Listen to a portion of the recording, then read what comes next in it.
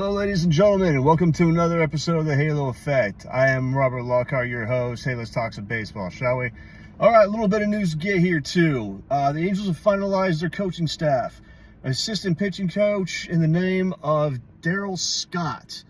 Bullpen coach is going to be Dom Chitty, a guy who's held the position before, so not too bad, I guess.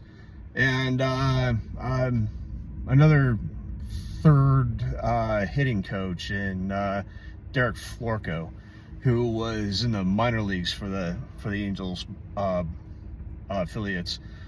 Daryl Scott worries me because this guy has been the Colorado Rockies pitching coach for like the last 4 years.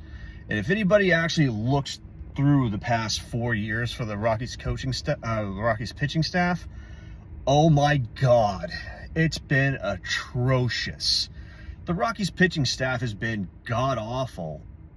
There's been nobody anywhere south of 4.5 ERA. There's been a few of them who've had like a 4.75 or a 4.85 ERA, but the majority of them have been 5+. That's terrible. For 4 years, not one good pitcher in the Rockies system, when they actually have some decent talent in their organization. This guy could not get anything out of them. Again, it just goes to show you, this is the reason why you have to have good upper management, because they will put in place the right coaches for the right players. And the Rockies front office staff did not do that. They were terrible, absolutely terrible. This worries me. Now, it only worries me ever so slightly because let me give you an idea of what I'm talking about. Everyone knows that Johnny Washington was a bad hitting coach for the Angels the last 2 years. Prior to that, he was the assistant hitting coach under Kelly with the Cubs. And the Cubs were a decent hitting team. They were a pretty good hitting team. So, you know, that doesn't worry me too much that he's just Mike Maddox's assistant. So it should be fine. I'm hoping, I'm praying Mike Maddox stays with the Angels long term and this guy does not take the reins. Please God, don't let that happen. In other news, the Angels have come at a bit of a standstill when it comes to Anthony Rendon's contract.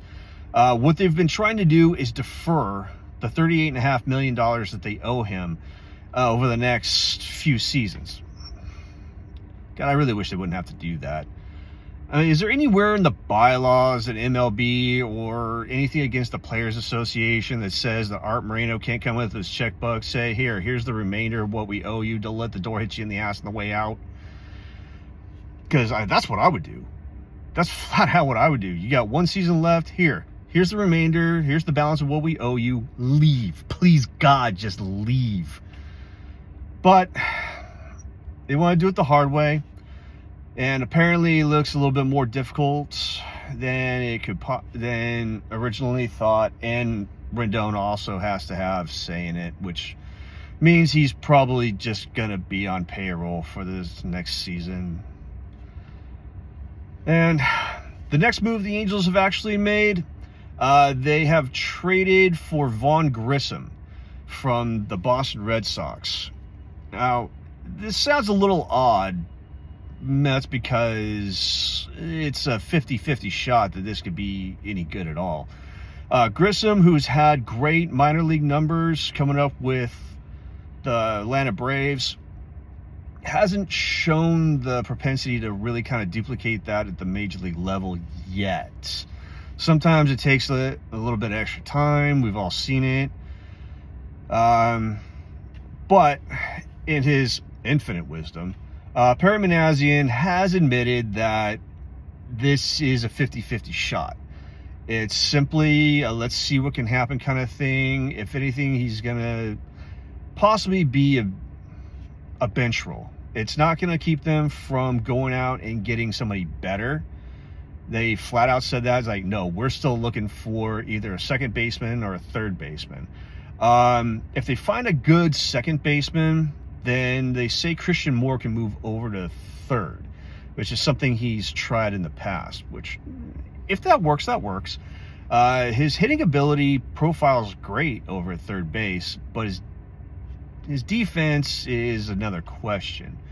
His defense is about average at best. Average arm, average range over at third base. You'd like to have a bit of a stronger arm, but I guess it could work. It could possibly work. So, as long as they're not saying, hey, we're handing the job over to Vaughn Grissom, at least they're not doing that. And what we gave up for him was Isaiah Jackson, a young outfielder who probably would have just been like a fourth outfielder at best at the major league level. So I really wouldn't look too much into that trade. We didn't give up a whole lot, and it's not like they're flat out giving him the job. No, he's got to compete, and they even said he may very well be a bench player. Also, today was the draft lottery in the MLB, and the Angels were not eligible for the draft lottery itself. I think it's because they said the value sharing, they pay into it rather than draw out of it, meaning they're a bigger market team. I know they picked in the draft lottery last year. I thought they did that in the year before because I thought it went 1 through 8, but apparently it's 1 through 6, so let's disregard that. But the Angels have drawn the number 12 pick in the 2026 draft. I mean, they get what they get. Apparently, they don't draft the best players in the world in the top 5 anyway, so hey, what are you gonna do? But they get the number 12 pick with teams who did better than they did picking in front of them. Anybody understand why they went to the draft lottery? Because I don't. I think it's just retarded. But that's me. So, with that said, Rendon's at a standstill. Vaughn Grissom is the newest addition to the Angels. The Angels get the number 12 pick in the next year's draft. And what was it? That's pretty much what I got for you. So, until next time, y'all have a good one and go Halos.